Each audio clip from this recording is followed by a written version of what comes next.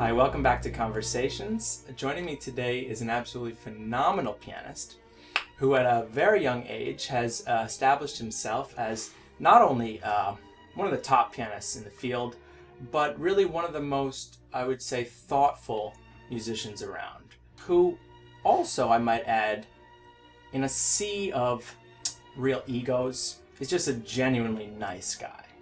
I'm talking, of course, about Michael Brown. Michael, thank you so much for Glad to be coming here. back on the program. My other guest is Jonathan Biss.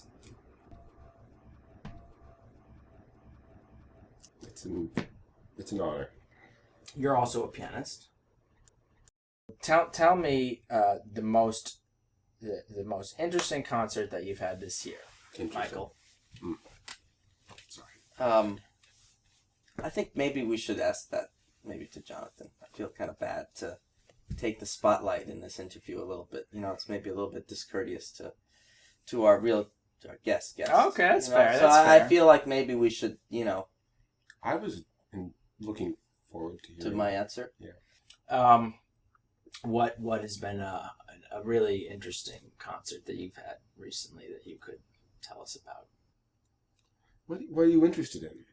Because it's sometimes hard to tell watching the interviews. Sometimes the guests start to say something and then you look at them like,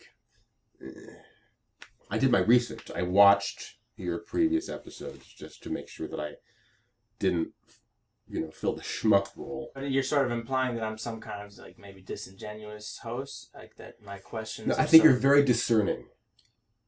Thank you. I think, you know what you think is interesting, and it is, as far as I can tell, nothing at all.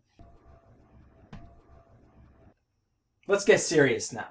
Enough joking around. Really? Tell me like the biggest concert you played this year. I did play at Carnegie Hall, and that was pretty exciting. Because, Carnegie Hall. I don't know. Well, it's on 57th Street. I'm sure you've seen it. How did you get there? It was a journey that got me to Carnegie. I walked to the subway. Mm-hmm. You took the subway to your Carnegie Hall debut? I did. See, I would think that Carnegie Hall would have provided you with some kind of tinted stretch limo. No stretch limo. Is that only for the top tier artists? So you played a solo recital at Carnegie Hall this year? Yeah. I played recently at a nursing home in the Bronx. Really? Yeah. It was Really? called the Methodist Home for Nursing and Rehabilitation. I could put in a word for you if you want. I could recommend you. They have a wonderful little cafeteria. Oh, you performed in the cafeteria? Well, yeah. It's with very nice acoustics.